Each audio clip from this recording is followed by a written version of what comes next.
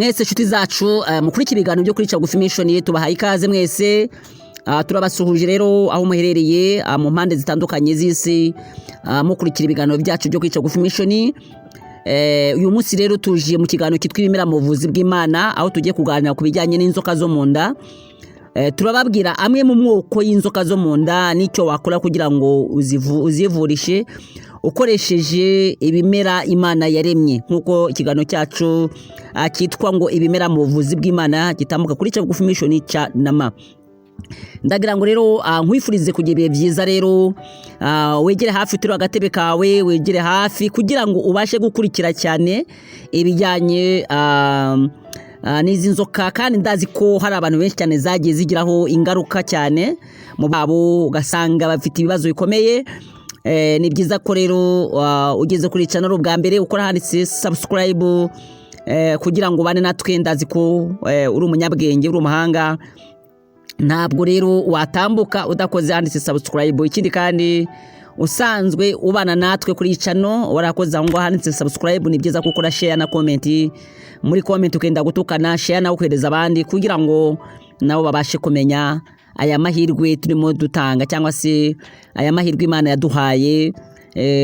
Turi kuyatanga tuyamenyesha abantu, ariko mu by'ukuri twebwe twayaremye cyangwa se twayahanze, ahubwo ni Imana nyir'urukundo yatugiriye neza, ikaduha kugira ibyo tumenya kandi bitugira umumaro. Ijambo ry'Imana rero riboneka mu Migani igice cyaho cya 2 umurongo wa 10 n'uwa 11 ravuga ngo nuko ubwenge buzinjira mu mutima wawe kandi kumenya kuzanezeza ubugingo bwawe. Amakenga azakubera umurinzi, kujijuka kuzagukiza. Imana ishimwe cyane. Reka rero amakenga yawe aze kukubera umurinzi, kandi nanone kujijuka kwawe ugize icyo umenya ku bijyanye n'izi ndwara bizagutera gutuma wirinda kandi ugira ubuzima bwiza. Uyu mubiri wacu rero uhura n'ibibazo bikomeye by'umwihariko mu nda.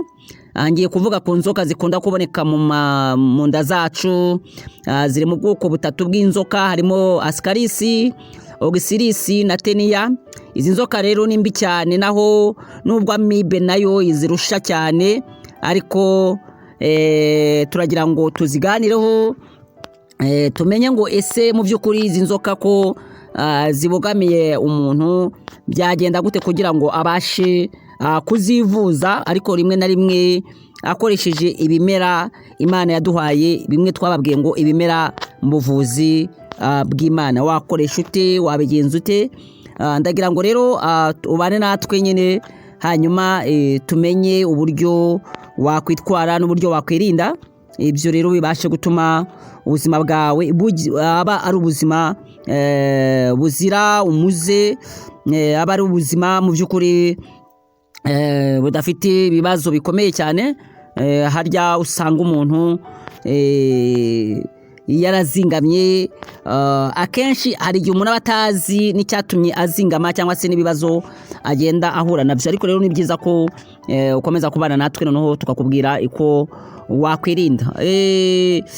Inzoka Ascaris rero ni inzoka ndende cyane, ikunda kuryanira mu nda, itera umuntu isesemi no kutaryoherwa. Inzoka ya Ascaris na Oxalis zifite ibintu byinshi zihuriraho. Ndagira ngo rero turebe nyine ibimenyetso bya Ascaris mu nda: kuribwa mu kameme, gutumba kenshi cyangwa se kubyimba mu nda, icyo twita umuntu gusanga inda yabyimbaganye. Ikindi kandi itera kuba umuntu yagira ibijyanye no kuvomitinga cyangwa se kugarura ibyo wariye, reka tubivuge muri iyo mvugo. Hari no gucibwamo, cyo wita kwituma maremare. Hari ikindi kandi guhorana intege, cyangwa se guhora ukeneye kurya buri kanya, ikizungera cya buri munsi, siriminage, gukunda gufatwa n'indwara y'umuriro mwinshi akanya gato, guhorana imbeho, amaraso ahorana intege nke, yagenda buhoro, bigatuma uwo muntu ufite iyo ndwara cyangwa se inzoka ahorana imbeho, kugira gucibwamo bya hato na hato, kwikubita hasi bigutunguye, kandi ascaris nayo ishobora nanone gutera ibibazo muri appendix, utubyimba nyine two mu muhogo. Indwara zisa n'igicuri, isusumira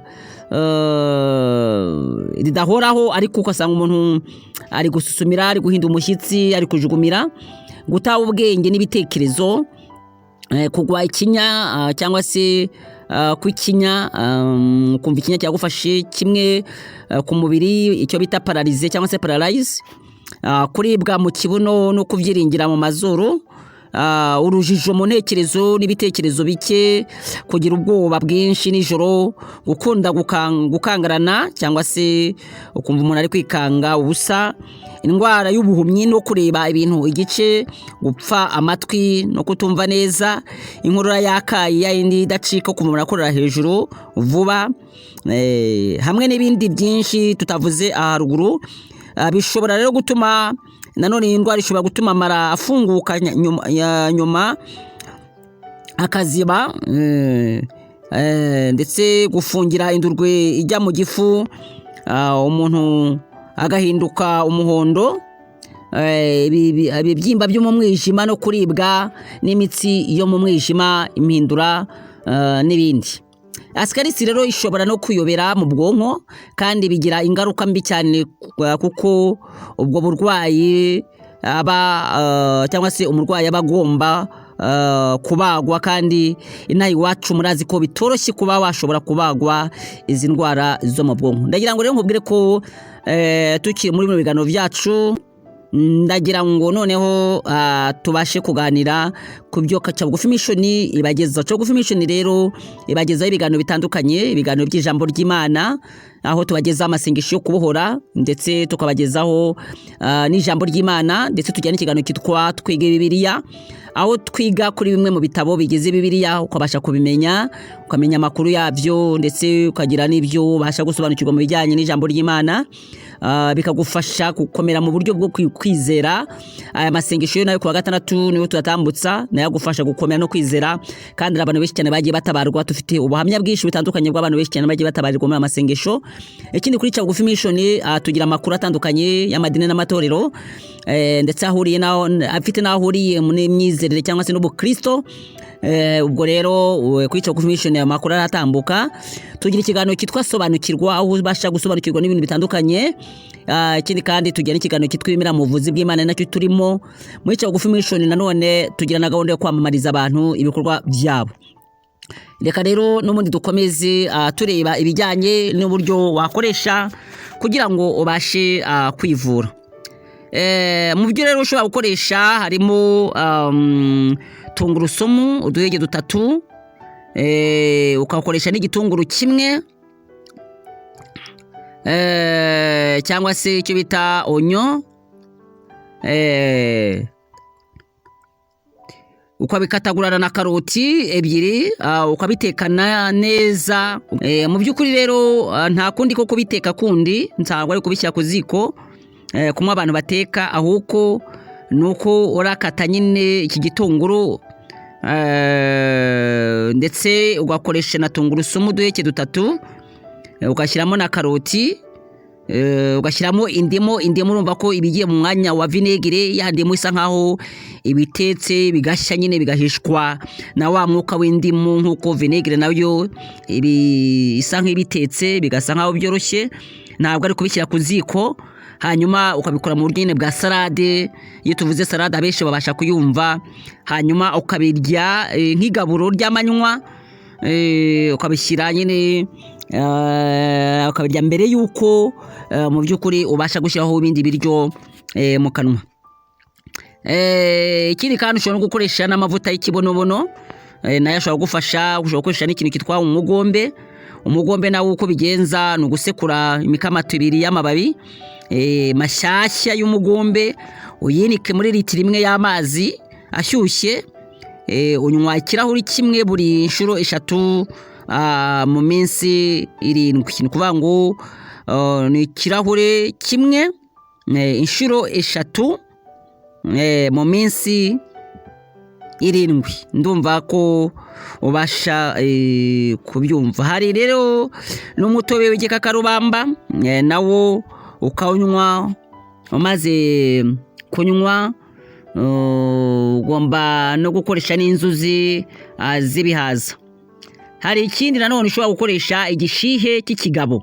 Igishihe cy'ikigabo nacyo gishobora gufasha ku bijyanye no kugira umutekano ku bijyanye na zino inzoka. Nanone turagira ngo tubabwire noneho aka kamaro k'umugombe. Nanone uyu mugombe nanone rero uvura kanseri y'amaraso, kwiyongera gukabije kw'insoro zera. Mbere yuko rero dukomeza nanone kugira ngo tutaza kuhageraho abantu bagasa nk'abazazaniwe cyane, tukiri kuri zino nzoka nanone tunababwire yuko mu by'ukuri izi nzoka nanone nubwo zikomeza kujya zitumerera nabi, mu byo ugomba gukora nyine ugomba kwirinda cyane ko izi nzuzi uzibura, kuko izi nzuzi aba ari ngombwa, izi tungurusumu aba ari ngombwa, twa duheke tubiri, indimu nyine aba ari ngombwa. Kandi inzuzi ukoresha ibiyiko nibura 3 by'inzuzi, hanyuma ukajya nyine ubyihereza mu buryo bwa salade, kuko niho ubasha kuba wagira ubushobozi cyangwa se ukumva umubiri wawe ugize imbaraga zikomeye cyane mu bijyanye no kurwanya izi nzoka zabaye karande ku bantu. Ugasanga abantu babuze amahoro, ugasanga abantu babuze umutekano. Nicyo ngicyo wakoresha. Nkuko rero ndi kwibabwira rero ku bijyanye n'umugombe. Umugombe rero nkuko nababwira ko uvura kanseri y'amaraso, kwiyongera kukabije kw'insoro zera, icyo bita globule blanche, no kwiyongera kw'insoro ntuku. Sekura rero imikamati 2 y'amababi mashyashya y'umugombe, uyenike muri litiro 1 y'amazi ashyushye. Ukomeza kunywa umunsi wose, iminsi myinshi ukomeza unywa aya mazi, ukagenda uyasomaho gake gakeya. Ariko nibuze ushobora gukoresha nk'inshuro 3 ku munsi, ukanywa aya mazi aba yagiyemo aya mababi mashyashya, amakamato 2, ukaba wayenitse muri litiro y'amazi, kandi amazi ashyushye. Ikindi kandi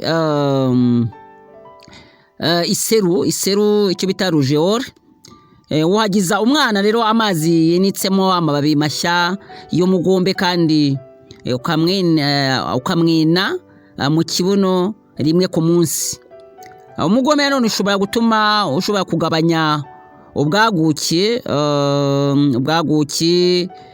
bw'igitsina cy'umubyeyi wibarutse cyangwa se wabyaye, kandi ubumbira hamwe amababi y'umugombe asekuye ukayohereza, hanyuma akabasha kugufasha. Ibyo rero bashaka kugira ngo urusheho kubimenya mu buryo wenda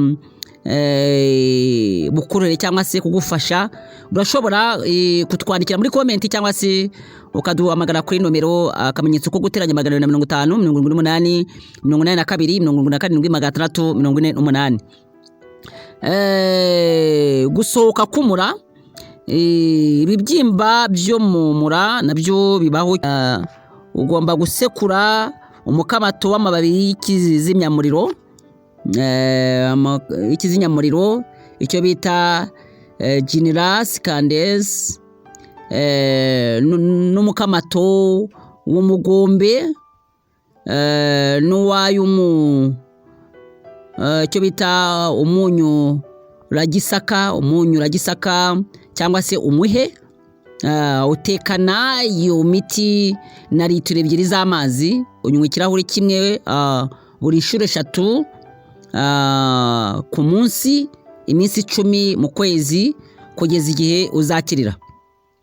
ikindi macinya cyangwa se inzoka zo mu mara, imiswi, imyivumbagatanyo yo mu gifu no mu mara.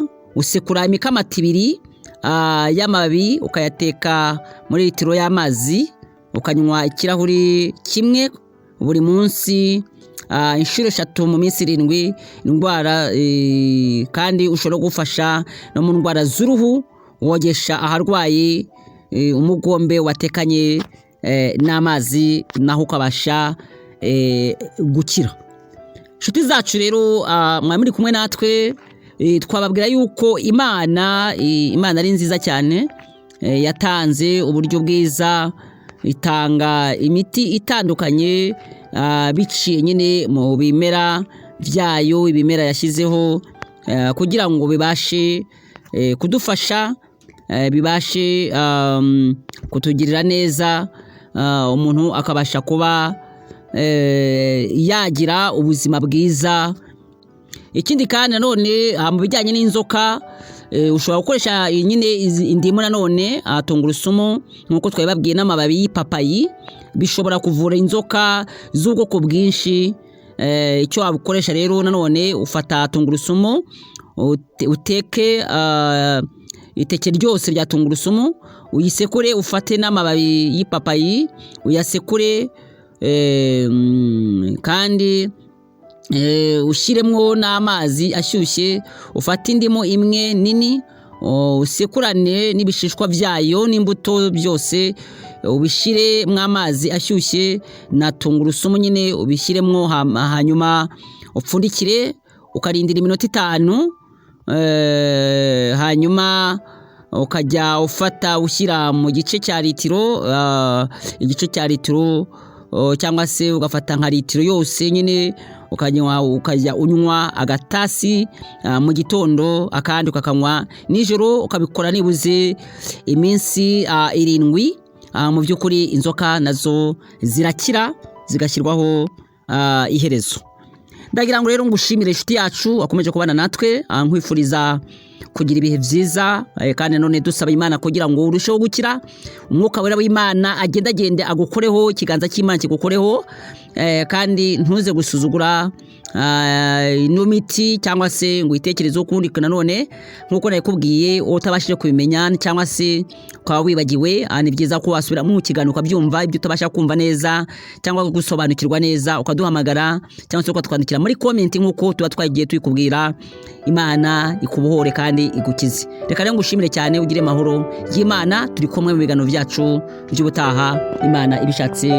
Bye bye, nakagaruka.